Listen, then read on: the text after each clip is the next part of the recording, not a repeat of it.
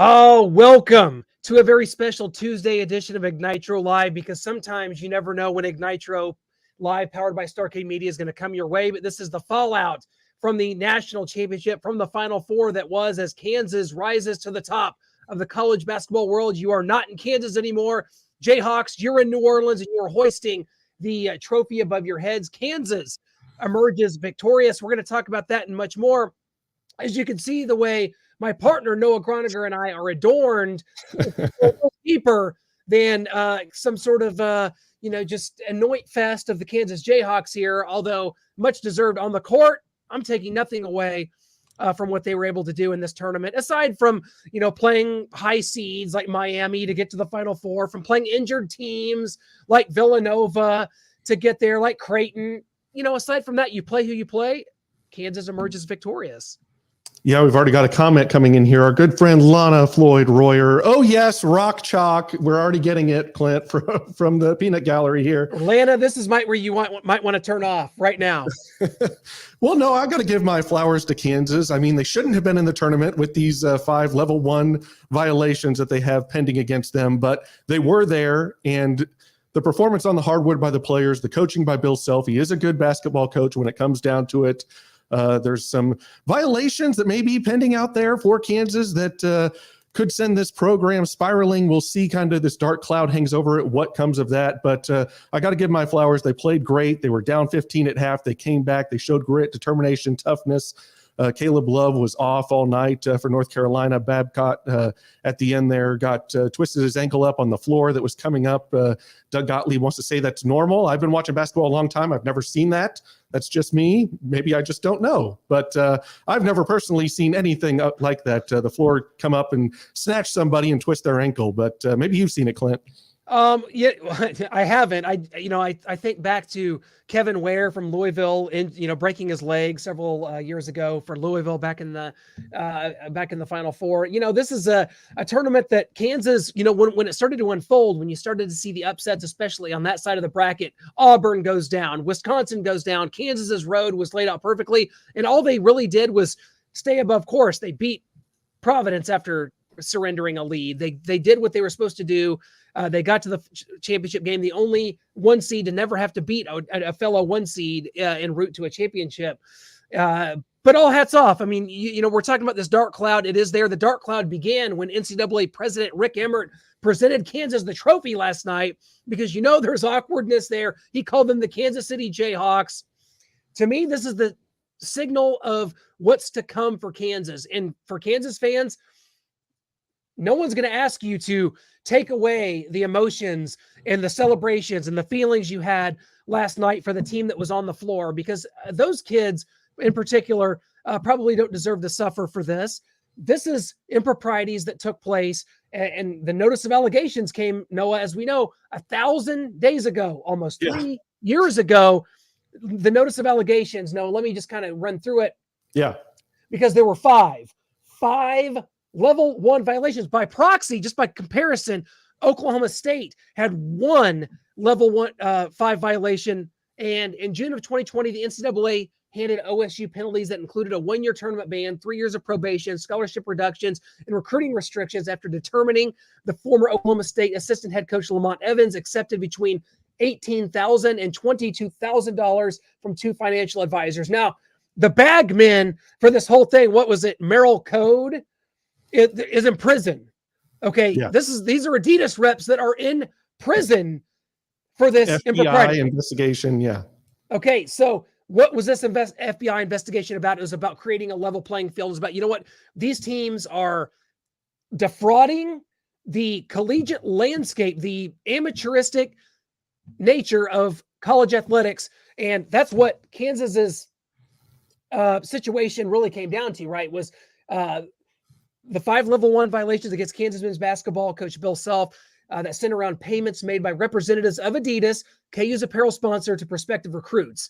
The new IARP timeline entries, which IARP is the governing body, the firm in which Kansas decided to have this whole situation seen by. Instead of the NCAA making their determinations, they kicked the can down the road.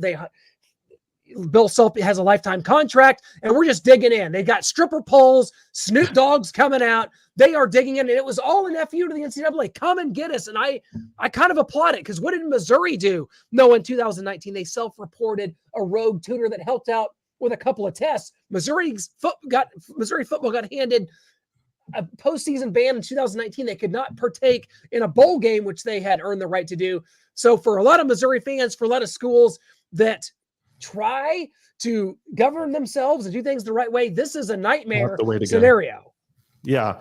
I mean, and we saw what happened with Arizona in the same scandal. They got a postseason ban. Coach Sean Miller fired. Will Wade at LSU was out after 4 or 5 level 1 violations that they had down there at LSU. So Will Wade was out, and Kansas is just sitting here above the fray. Nothing's happening, but there could be something coming down the pike. I mean, this significantly undermines and threatens the NCAA collegiate model is what this said. I mean, Bill Self was just embraced, welcomed this just level of cheating and getting the Adidas, his sponsors, to pay these players. I mean, this just goes above and beyond. 5 level 1 violations, and we still haven't heard anything. Something could be coming down the pike very soon. Last year, there was an article in late April that said this is about 12 months away from something coming on this. And we're here in early April, could get here in a few weeks, we could get something on this that kind of levels down and says maybe Bill Self is suspended. We'll see if they go as far as taking a championship back. I don't think we're going to see that. Maybe some postseason ban, 2-3 years. What do you think is going to come from this here in just a couple weeks? I think you have to set this precedent. You've seen what's come before. We talked about what Oklahoma State got. Now, Memphis right now, Penny Hardaway at Memphis is going through the same thing right now, and he's in trouble. He is in big trouble. Bill Self, and the whole thing of this is, and we're trying to, hopefully later in this week, get an interview with Seth Greenberg from ESPN, who's going to try to sort this out for us, from a professional side of things, from the ESPN side of things. Because what did you not hear this entire tournament? There was no talk of this. There was no talk of this on broadcast, on ESPN, on CBS. There was clearly a mandate. We're not talking about this.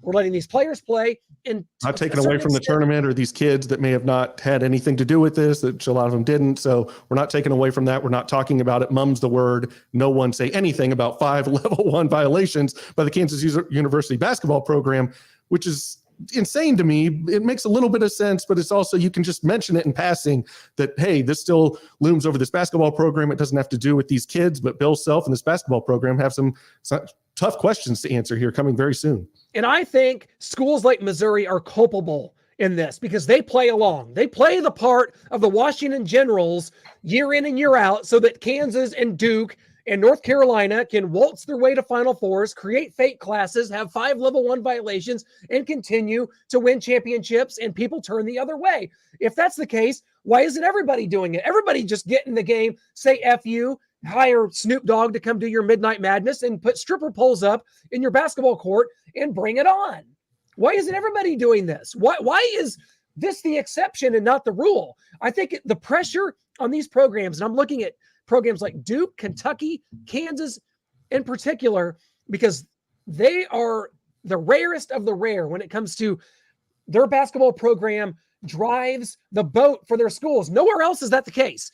At Mizzou, at even somewhere like Iowa State, or you look at other Power 5 programs, Michigan State, Michigan, it's football drives the boat. Football is the straw that stirs the drink because that's where the revenue is. That's where the television deals are. No, college basketball is it is a niche sport until March. It is a niche sport in America.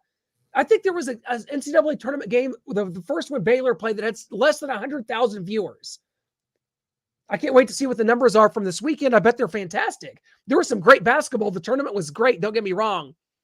But what are we promoting here? Why are schools like Missouri playing the Washington Generals every year? And I mean, this isn't just a Kansas thing. If you guys are wondering, these guys are just railing on Kansas, go back to our shows in 2017, 2016, when the NCAA was, we thought, going to come down hard on North Carolina for just fake classes, academic fraud, but nothing happened. They're a blue blood. The NCAA likes to protect their blue bloods. They bring in the money, the views, And so we're kind of waiting. Is Kansas going to get something? They have to, with these 5 level 1 violations, sending it to an independent firm, taking almost 1,000 days, it coming back that, yes, they have undermined the collegiate model here. They've threatened the collegiate model. But is the NCAA actually going to use their swift hand that they have the capability of using? They've shown it on schools like Missouri, Oklahoma State, Arizona, Louisville, LSU. But can they do it against Kansas? They didn't do it against North Carolina in 2017 for their academic fraud. Can they come to Kansas and do it and make change? Because that's what the University of Kansas needs, because Bill Self has had violations wherever he's gone. Tulsa, Illinois, now Kansas. This is something that's in his career that you can't look past. Great coach. The team performed well this year, but these violations have to be talked about, and that's why we're here. That's why we're here, because no one else will talk about this. It's also systematic within the University of Kansas itself. They rely on this to remain in the black, to have a financially viable institution. This basketball program cannot sink to the level of what Nebraska football has become. They can't afford it. They can't afford to slip to what Indiana has become in basketball. They can't do it. This has to be McDonald's All-Americans, Final Four runs, Big 12 championships. That's the only option at Kansas, and it's systematic and it's decades. Because where else is the revenue going to come from? It's not coming from football, like we just mentioned. So, like Jeremy Lawson says, if this was KU football, they'd have thrown the book at them. Funny you mentioned that, Jeremy, because they tried that exact thing. They put some level 2 violations on the football program, and Ned Beatty to try to pin this on him. Yeah. They fired him. He sued the school, won the lawsuit. He was fired without cause. They tried to skate by not paying him the money they owed him. He sued the school. He won. Kansas tried to kick this down the road and try to put it on the football team.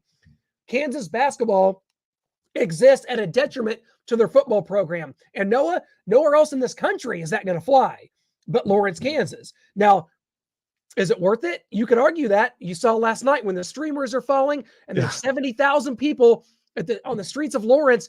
If you're a Missouri fan, if you're a Purdue fan, and you think about it and you're just like, man, is all this, would that just be worth it to have that moment?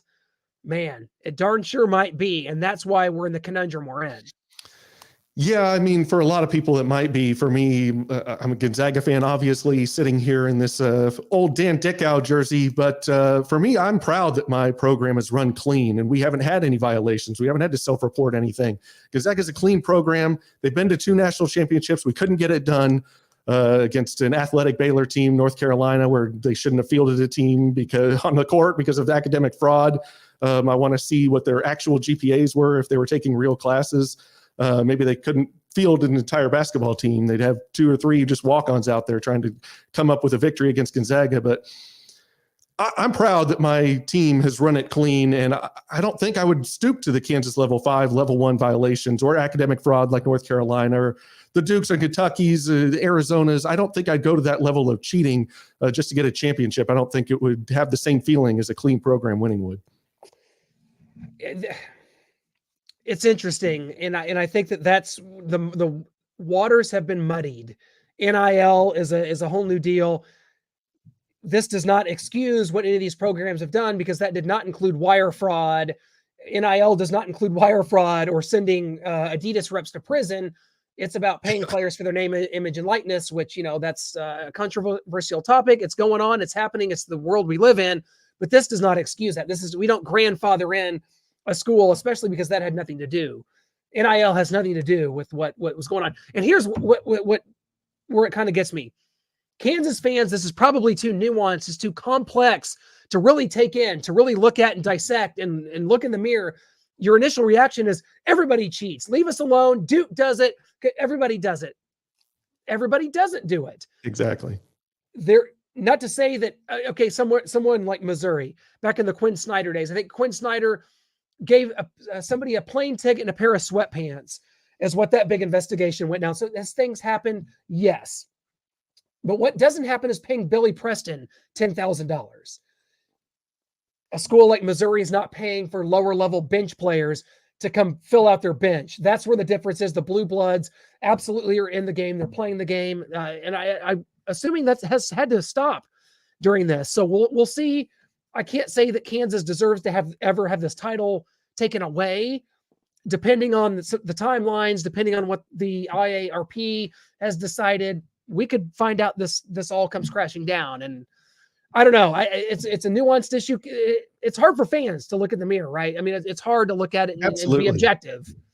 Yeah, because they just say everyone does it, and then you bring up that Gonzaga, and not every program does it. The Blue Bloods feel like they can because they're not going to get punished by the NCAA. They know that they've got the NCAA in their pocket, so to say. So they feel like they can do it. A lot of the Blue Bloods do it, but I don't. If you want to say every Blue Blood does it, maybe I still wouldn't go maybe that far. And definitely not to the level that Kansas did and Arizona did with this scandal. So I just think it's tough to say that everyone does it when everyone doesn't do it. And we've got a lot of KU fans that are saying this right now because they're in the crosshairs. And a lot of them are Chiefs fans too. And they were crying about Tom Brady and the Patriots, as a lot of NFL fans have, that they're cheaters. They've got Spygate. They've got Deflategate. They're filming teams' practices, and they're cheaters. You strip Tom Brady of all his titles. He's not the GOAT. He's a cheater. And then it comes to them, and the crosshairs are on them, and they're, everyone does it. It's fine. You can't compare the Patriots and the Kansas Jayhawks. What are you talking about? We're fine. We're champs. Leave us alone. Like, it doesn't work that way. I'm sorry. We're going to see in the coming months. I think it's weird because Bill Self a year ago after the tournament, after the loss to USC, said we plan on hearing something by the summer. So obviously that didn't happen. We're now a year later, and supposedly in a few weeks, but again, they could just kick the can down the road again, or no, just never talk about this again. Just it goes away and no one ever talks about it except us. Well, we appreciate the comments. We appreciate the feedback, guys, for jumping in and kind of being a part of what we do here. Ignitro Live, this show, for us, we want to be able to come on and go live and from our Facebook page, from our Twitter, and from kind of the internet, and talk about whatever we want and bring up things that are important to us that may not fit on our other shows or on our podcast, the Elite Sports Podcast, which we're hoping to have a tremendous episode of this week. So if you ever want the audio or things, kind of our best of, our podcast is the Elite Sports Podcast. That's where you can get the audio. It kind of wraps up everything that we do in a nice little bow, and usually includes a guest or two. We're still working on one for this week. So, Noah, closing thoughts. About a fan show. We are. That's in the works. Name, a graphic, and just kind of the behind the scenes of that show we're working on. And we'd love to have you guys not just come in the comment section, but pop your video up here. Come on, tell us what we're right on, what we're wrong on. Let's have a little debate. Let's talk some sports. Let's have some fun. We're in the NFL offseason here, so we'd like to keep that going even through the NFL season. That's a busy time for us, but we got this fan show in the works. We're excited about it, and we'd love to have you on and talk sports with you. Well, closing thoughts, putting a ribbon on this college basketball season, the national championship, Kansas reigns supreme. I thought it was an invigorating tournament, a lot of exciting games. It's why we watch. It's why March is so important. It's also why the rest of the college basketball season is not important, as we saw North Carolina kind of just slump their way to an 8 seed and go run all the way to the national championship game. So does it always do a perfect job of crowning a national champion? No, it does not. It's drama, it's insanity, it's jaw-dropping, it's entertaining, it's ratings, it's money, it's all that. Maybe this year the best team did win. The Kansas Jayhawks are national champions, and sometimes as a Missouri fan, that it's hard to watch it. You want those moments. You see what Kansas, what they're the recipient of, and you want that for yourself. You want that so bad. We experienced it once in our lives as Chiefs fans. There is a chance, Noah, that we never have that feeling again. I still think Mahomes has one more Super Bowl or two left in his in the next 12 to 15 years. It's hard to judge because Chiefs could make just genius moves, and 5-6 years from now, when we completely move past this current era and Travis Kelce's gone, and we're going to see what it holds. I mean, we still need a number one receiver, not to get too deep into Chiefs talk here, but it remains to see what comes down the pike here. But I think as of now, I think one more in the near future. I definitely say that for Patrick Mahomes. Well, guys, thanks for checking out everything we do. Again, the website is starcademedia.com. I like this. Jeremy Lawson says it'd be nice if Missouri still played basketball. It's an interesting thing because I've chronicled on our website, starcademedia.com, on many occasions, sort of the downfall of Missouri basketball, the decisions that were made over the last 8 to 10 years that have led to it. the transition from Mike Anderson to Frank Haith, from Frank Haith to Kim Anderson to Konzo Martin with his insane contract and his lack of recruiting that really hamstrung the program. And now on to Dennis Gates, which is a complete unknown.